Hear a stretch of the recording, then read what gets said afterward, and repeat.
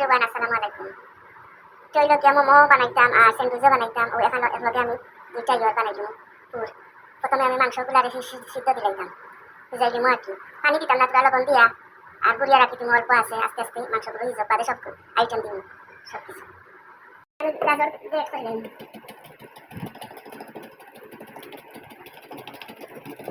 গাজর একটু বাড়াইয়া দিলে চিকেন আর একটু বরকত পাওয়া যায়। প্রায় 10 মিনিট হইতেছে 10 মিনিট ধরে আমি জাল দিয়া তার পানি দিয়া হয়ে যাচ্ছি আমি শুরু করে দিলাম গাজর লাগান সব তুলে করে ফেলে দিলাম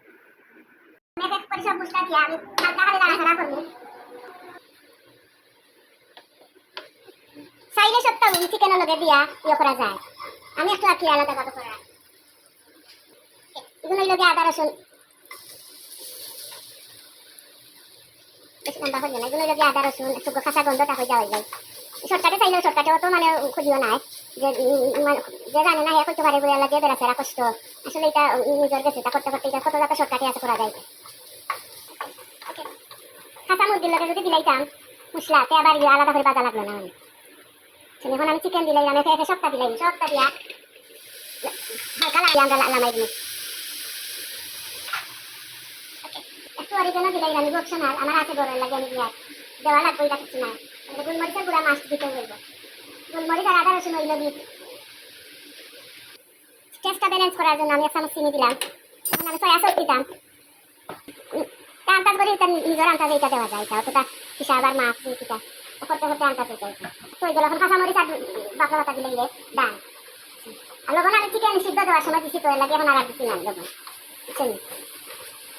কাঁচামরিচ আসিল না এর লাগে আমি এক চামচ চিলি ফ্লেক্স দিলাম আমার বড় বান্ধব চিলি ফ্লেক্স আর বেশ করে ধনিয়া পাতা দিলে আরো এটা বাড়বো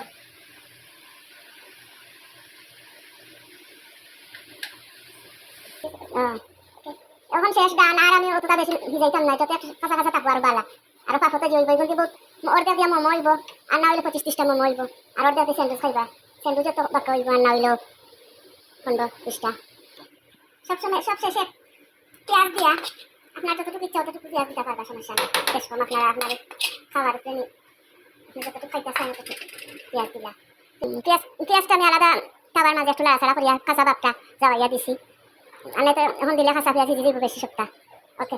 মোমোর ডু বানাই দিয়েছি মোমোর ডুটা সবের কারণ বানানি তার তোমার দেখার কিছু নাই ময়দা নিয়ে আর সবের তেল দিয়ে লবণ দিয়ে হালকা গরম পানি দিয়া ডু বানাই দিয়েছি এখন আমি মোমো বানাই আসতে এখন আমি মোমোরে ভাত দিলাম তেলের মাঝে রসুন লক্ষ্য দিলাম চুড়া মোমোর সস বানানি লাগে পাউডার মরিচ লাল মরিচ এক চামচ চিলি ফ্লেক্স হাফ চামচের লবণ হাফ চামচ চিনি 2 টেবিল চামচ টমেটো সস আমার কাছে ওয়েস্টার সস আছে না আমি দিলাইছি পুরো তেঁতুল গুলিয়া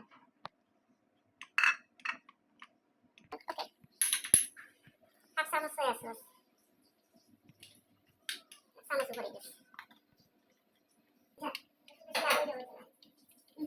ওগুলো তো মেন দিও